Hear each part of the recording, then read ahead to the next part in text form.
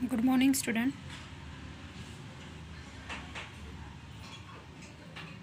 There is a new example of final account.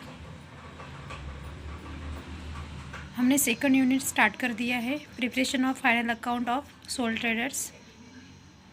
आज हम first question देखेंगे। Question is following is the trial balance of Kalpana traders as on 31st March 2009. You are required to prepare trading and profit and loss account for the year ended 31st March 2009 and balance sheet as on that date. जैसे कि मैंने आपको zoom meeting में समझा के दिया है, trading account, profit and loss account and balance sheet, आज हम उसका एग्जांपल देखेंगे। यहाँ पे आपको तीनों अकाउंट सॉल्व करने हैं, trading account, profit and loss account and the last is balance sheet. यहाँ पे ट्रायल बैलेंस दिया है, ट्रायल बैलेंस में ऑल आइटम्स दिए रहते हैं, जो भी एक्सपेंसेस इनकम्स है वो आपको वो आइडेंटिफाई करना है, डिस्ट्रीब्यूट करना है कि कौन सा आइटम ट्रेडिंग में जाएगा, कौन सा प्रॉफिट एंड लॉस में जाएगा और कौन सा बैलेंस शीट में जाएगा। Trial balance as on 31st March 2009। Trial balance में 4 कॉलम होते हैं, पर्टिकुलर अमाउंट। जो डेबिट साइड होता है, यहाँ पे ऑल आपको जो भी है वो एक्सपेंसेस दिखेंगे और असेट्स दिखेंगे। देन अनदर साइड जो है क्रेडिट का, वहाँ पे आपको इनकम्स दिखेगा और कैपिटल्स दिखेंगे, जो लायबिलिटीज़ होती है वो साइड। फर्स्ट है स्टॉक है, जो भी हमारा लास्ट ईयर का स्टॉक है वो ऑन 1 April 2008, मतलब लास्ट ईयर का जो क्लोजिंग स्टॉक है वो इस साल का हमारा ओपनिंग स्टॉक होगा, उसकी अमाउंट है 30,000। नेक्स्ट परचेस है, return inward, wages, salary, carriage inward, carriage outward, power and fuel, advertisement, office expenses, printing and stationery, commission, furniture, machinery, cash in hand drawing, debtors and bills receivable. ये items debit side में दिए हैं। Another side में दिए है capital, discount received, देखो यहाँ पे रिसीव्ड है, डिस्काउंट रिसीव्ड कर रहे हैं, इसका मतलब है कि ये इनकम है। Then sales, return outward, creditors and bills payable, दोनों साइड की टोटल सेम है। एंड लास्ट में एडजस्टमेंट दिया है। Adjustment is the extra information about our business.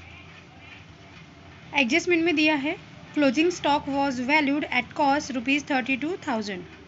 मैंने इसके पहले वाले वीडियो में भी बताया है, जो हमारा ट्रायल बैलेंस रहता है, ट्रायल बैलेंस की जो भी आइटम्स है, जो भी आपको आइटम्स दिख रहे हैं, उसकी एक ही जगह पे एंट्री होगी, बट एडजस्टमेंट की डुअल एंट्री होती है, 2 स्पेस पे उसकी एंट्री होती है। इसके पहले वाले एग्जाम्पल में हमने only trading account and profit and loss account ही देखा था। इस एग्जाम्पल में तीनों अकाउंट बनाने हैं हमें, trading account, profit and loss account and balance sheet. Now हम सॉल्यूशन देखेंगे। हमें ट्रायल बैलेंस का एक एक आइटम कहाँ कहाँ जाएगा, ट्रेडिंग अकाउंट में, प्रॉफिट एंड लॉस अकाउंट में, बैलेंस शीट में, वो देखेंगे। यहाँ पे ऑलरेडी सॉल्व करके दिया है एग्जाम्पल। फर्स्ट है स्टॉक ऑन 1 April 2008, डेट दी है। देखो हमारी ईयर एंडेड प्रोडक्शन की ईयर एंडेड डेट है 31st March 2009। इट मीन्स ये हम अगर ये क्लोजिंग डेट है तो ये हमारी ओपनिंग डेट है। इसका मतलब ये हुआ कि ये जो स्टॉक है वो ओपनिंग स्टॉक है, और ओपनिंग स्टॉक 30,000 है। ओपनिंग स्टॉक हमेशा कहा जाता है ट्रेडिंग अकाउंट के डेबिट साइड में, टू ओपनिंग स्टॉक 30,000। हमेशा ओपनिंग स्टॉक ट्रेडिंग अकाउंट जो रहता है उसके डेबिट साइड में ही जाता है। यहाँ पे सॉल्यूशन में देखिए, in the book of Kalpana traders heading दी है trading account and profit and loss account for the year ended 31st March 2009। देखिए यहाँ पे trading account and P&L account mix करके दिया है। मिक्स मतलब एक ही ब्लॉक में 2 सॉल्व करके दिए हैं। आपको मैंने जैसे बताया था फर्स्ट वीडियो में, आपको सेपरेट करना है। यहाँ ये वाला ट्रेडिंग अकाउंट रहेगा यहाँ तक के, नेक्स्ट यहाँ से हमारा P&L अकाउंट रहेगा। यहाँ पे लिखा भी नहीं है, आप लोगों को सेपरेटली अकाउंट बनाने हैं। ये हो गया हमारा ओपनिंग स्टॉक 30,000। नेक्स्ट है परचेस, परचेस 85,000 टू परचेस 85,000। यहाँ पे इनर कॉलम में लिखा है 85। इसका मतलब ये है कि परचेस में से हमेशा हम क्या करते हैं, लेस माइनस करते हैं परचेस रिटर्न। परचेस रिटर्न को अदर वर्ड है रिटर्न आउटवर्ड, और सेल्स रिटर्न को अदर वर्ड है रिटर्न इनवर्ड। आपको ये ध्यान में रखना है, तो इसलिए ये यहाँ पे पहले ही लिख के रख दिया, to purchase 85 minus return outward. Return outward की अमाउंट हम बाद में देखेंगे। नेक्स्ट है रिटर्न इनवर्ड, जैसे कि मैंने अभी बताया था, return inward means sales return. ये सेल्स में से माइनस होता है, जब हम सेल देखेंगे तब ये वैल्यू देखेंगे। नेक्स्ट है वेजेस, वेजेस मतलब लेबर को देते हैं जो फैक्ट्री में वर्किंग रहते हैं, तो वेजेस कहाँ पे जाएगा फिर, ट्रेडिंग अकाउंट में, टू वेजेस 5,300। नेक्स्ट है सैलरीज, सैलरीज हम एम्प्लॉयज़ को देते हैं, और एम्प्लॉयज़ कहाँ वर्किंग रहते हैं, ऑफिस में, इसलिए सैलरी कितना है 6,600। ये कहाँ पे जाएगा, प्रॉफिट एंड लॉस अकाउंट में। देखो दूसरा जो अकाउंट है हमारा to profit and loss account, तो वहाँ पे जाएगा सैलरी। सैलरी की अमाउंट कितनी थी 6,600, ये होगी हमारी salary. Next carriage inward, carriage inward, और नेक्स्ट है कैरिएज आउटवर्ड। कैरिएज इनवर्ड हमेशा ट्रेडिंग अकाउंट में जाता है, और कैरिएज आउटवर्ड जाता है P&L अकाउंट में। तो कैरिएज इनवर्ड 1200 ट्रेडिंग में जाएगा, देखो to carriage inward 1200 trading account में, एंड कैरिएज आउटवर्ड 200 जाएगा प्रॉफिट एंड लॉस में। देखो टू कैरिएज आउटवर्ड 200। नेक्स्ट है power and fuel, power and fuel कहाँ पे लगता है, मशीनरी को, और मशीनरी कहाँ पे रहता है, हमेशा फैक्ट्री में। तो ये कहाँ पे जाएगा, पावर एंड फ्यूल, ये ट्रेडिंग अकाउंट में जाएगा, तो टू पावर एंड फ्यूल 700 जाएगा ट्रेडिंग अकाउंट में।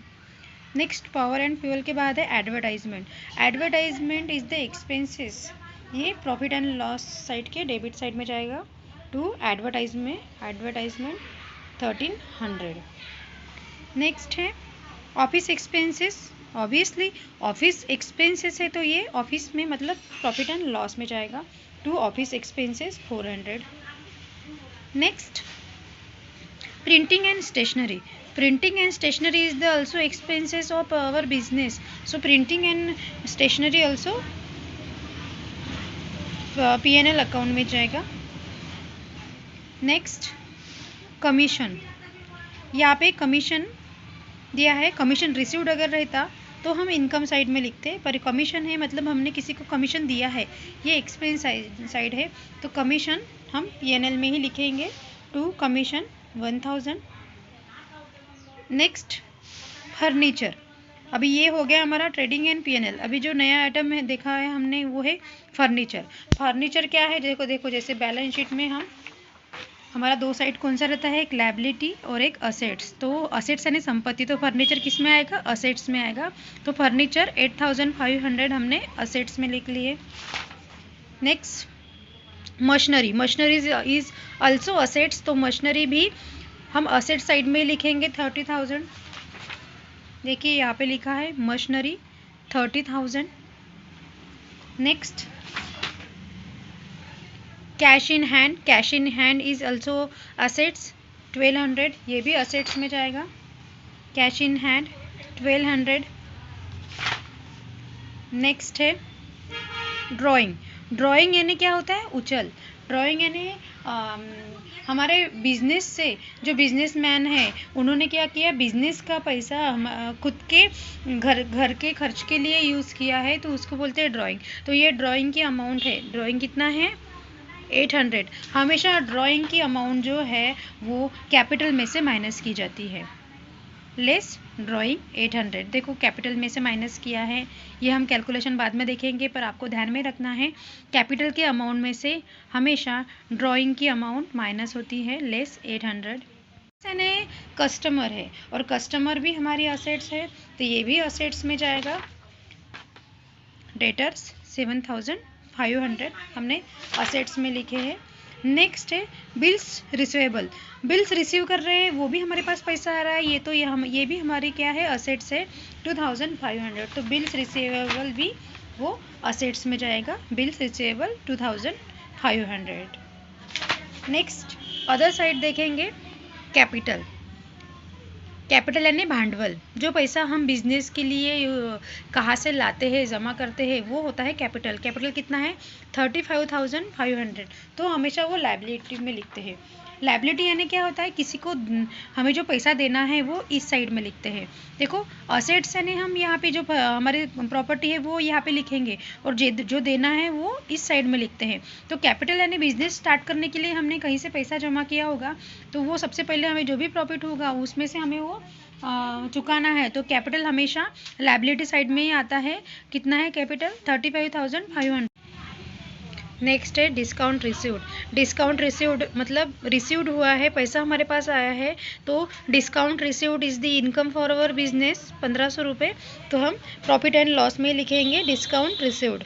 अगर डिस्काउंट कमीशन हम दे रहे हैं किसी को तो एक्सपेंस में आएगा इस साइड में, बट यहाँ पे रिसीव्ड कर रहे हैं तो इस साइड में आएगा, क्योंकि मैंने पहले भी बताया था ये जो डेबिट साइड होता है वो एक्सपेंस होता है, और जो क्रेडिट साइड होता है वो इनकम होता है, but only trading and P&L account के लिए ही। तो हमने यहाँ पे लिख दिए बाय डिस्काउंट रिसीव्ड 1500। नेक्स्ट है सेल्स। सेल्स ट्रेडिंग में आती है। सेल्स 1,27,500 हमने इनर कॉलम में लिखी, क्योंकि इसमें से सेल रिटर्न माइनस करना पड़ता है। यहाँ पे अमाउंट थी रिटर्न इनवर्ड 2,500, तो यहाँ पे लिखेंगे हम माइनस रिटर्न इनवर्ड 2,500, और जो बैलेंस अमाउंट रहेगी वो बाहर लिख लेंगे 1,25,000। हमने यहाँ से 2,500 माइनस कर दिए। नेक्स्ट है सेल्स के बाद रिटर्न आउटवर्ड। रिटर्न आउटवर्ड की अमाउंट कितनी है 1,000। रिटर्न आउटवर्ड यानी परचेस रिटर्न, जो यहाँ पे हमने लिखा ऑलरेडी लिख के रखा था, 1,000 माइनस किया और बाकी की अमाउंट हम बाहर लिख लेंगे। नेक्स्ट है क्रेडिटर। क्रेडिटर यानी साहूकार। साहूकार के हमें पैसे देने हैं, इसका मतलब ऐसा है कि वो लायबिलिटी साइड में जाएगा। तो क्रेडिटर 15,000 ये लायबिलिटी साइड में लिखेंगे। क्रेडिटर 15,000 लायबिलिटी साइड में। एंड नेक्स्ट लास्ट है बिल्स पेएबल। जैसे बिल्स रिसीवेबल हमने असेट साइड में लिखे, वैसे ही बिल्स पेएबल 5,000 हमें लायबिलिटी साइड में लिखना है, क्योंककि हमें वो बिल्स पेड करने हैं। 5,000 हमने यहाँ पे लिख लिया। यहाँ पे हमारे ट्रायल बैलेंस के ऑल जो भी आइटम्स है वो हो गए हैं। अभी बैलेंस है एडजस्टमेंट। जैसे कि मैंने कहा था कि एडजस्ट में ड्यूअल इफेक्ट होता है, ड्यूअल एंट्री होती है। तो क्लोजिंग स्टॉक की एंट्री दो जगह पे होगी, दो स्पेस पे होगी, दो अकाउंट में होगी। तो क्लोजिंग स्टॉक कितना है 32,000। तो क्लोजिंग स्टॉक कहाँ पे आता है, उसकी पहली एंट्री होती है ट्रेडिंग अकाउंट के क्रेडिट साइड में। जैसे ओपनिंग स्टॉक अगर यहाँ पे है तो उसके बिल्कुल अपोजिट में आएगा बाय क्लोजिंग स्टॉक 32,000। ये होगी एक जगह पे एंट्री। इसकी दूसरी एंट्री होती है closing stock also is assets for our business. So closing stock asset side में लिखेंगे हम 32,000।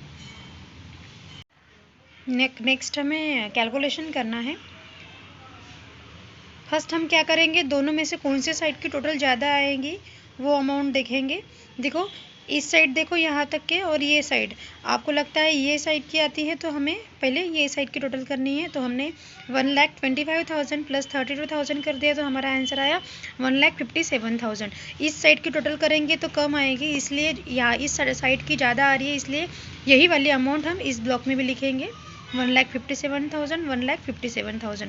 फिर ये लिखने के बाद 1,57,000 में से 30,000, 84,000, 5,300, 1,200, 700 इतनी जो अमाउंट है वो हम माइनस करेंगे, लेस करेंगे, और जो बैलेंस अमाउंट रहेगी वो हम यहाँ लिखेंगे 35,800। और ये अमाउंट क्या रहेगी हमारा ग्रॉस प्रॉफिट। अगर इस साइड की टोटल ज़्यादा होती, इस साइड की कम होती, तो यहाँ पे जो बैलेंस आता तो उसको बोलते हैं हम ग्रॉस लॉस। बट यहाँ पे इस साइड की टोटल ज़्यादा है, इसलिए हम ये क्या हो गया हमारा ग्रॉस प्रॉफिट। तो ये ग्रॉस प्रॉफिट जो है वो हम कहाँ पे ट्रांसफ़र करते हैं, प्रॉफिट एंड लॉस अकाउंट के क्रेडिट साइड में। वही अमाउंट लिखेंगे 35,800, ये वाली यहाँ पे हमने ट्रांसफ़र की बाय ग्रॉस प्रॉफिट के नाम से। ठीक है, नेक्स्ट सेम प्रोसेस यहाँ पे भी करेंगे। दोनों साइड की टोटल देखेंगे कौन से साइड की ज़्यादा है। इस साइड की टोटल ज़्यादा आती है तो दोनों प्लस करेंगे, अमाउंट आएगी 37,300। सेम अमाउंट हम यहाँ पे लिखेंगे 37,300 में से 6,600, 200, 1,300, 400, 800, 1,000 इतनी अमाउंट हम माइनस करेंगे, बैलेंस बचेगी 27,000। तो जो बैलेंस बचा है तो उसको क्या कहते हैं हम to net profit.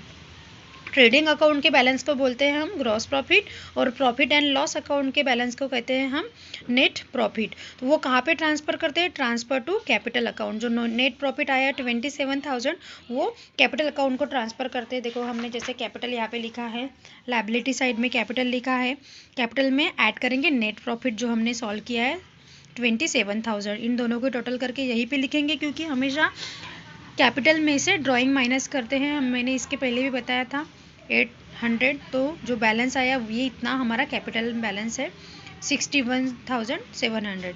It means क्या हो गया ये, हमने कैपिटल बिजनेस स्टार्ट करने के लिए 35,500 लाया था, बाद में हमें बिजनेस प्रोडक्शन चालू करने के बाद प्रॉफिट हुआ है 27,000, इसी में हम प्लस करेंगे। और जो बिजनेस जो भी हमारा ये है इंटरप्राइजर है, जो भी हमारा बिजनेसमैन है, उसने क्या किया, बिजनेस का पैसा अपने घर के एक्सपेंस के लिए लगाया, तो हम माइनस करेंगे। हम अभी हमारे पास कैपिटल कितना बैलेंस है 61,700।